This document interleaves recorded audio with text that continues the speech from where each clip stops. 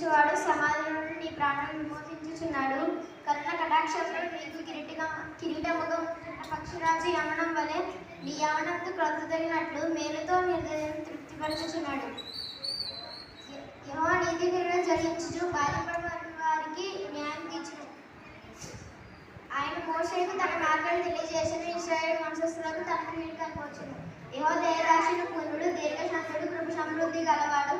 ఆయన ఎల్లప్పుడూ వ్యాజ్యమాడువాడు కాడు. ఆయన నిత్యము కోపించువాడు కాడు. ఆయన మన పాపమును బట్టి మనకు ప్రతీకారం చేయలేదు, మన దోషమును బట్టి మనకు ప్రతిఫలం ఇవ్వలేదు.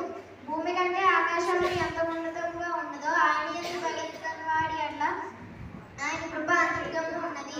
పడమటికి తూర్పు ఎంత దూరమో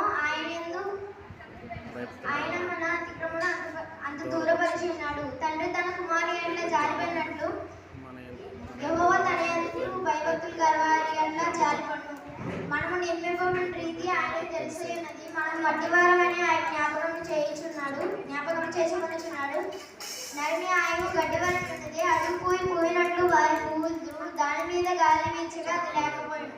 ఆ మీదను దాని చోటు దాన్ని ఎరగదు. యెహోవా నిబంధన గైకొనుచు ఆయన కట్టలను అనుసరించు వారి మీద, యెహోవా యందు భయభక్తి గలవారి మీద ఆయన కృప యుగములు నిలుచును.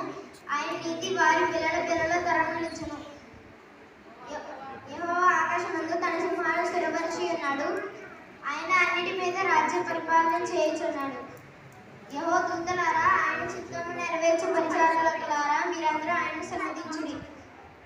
యెహోవా సైన్యములారా, యెహోవా ఆయన చిత్తము నెరవేర్చు బలశూరులారా, మీరందరూ ఆయన సన్నిధించుడి.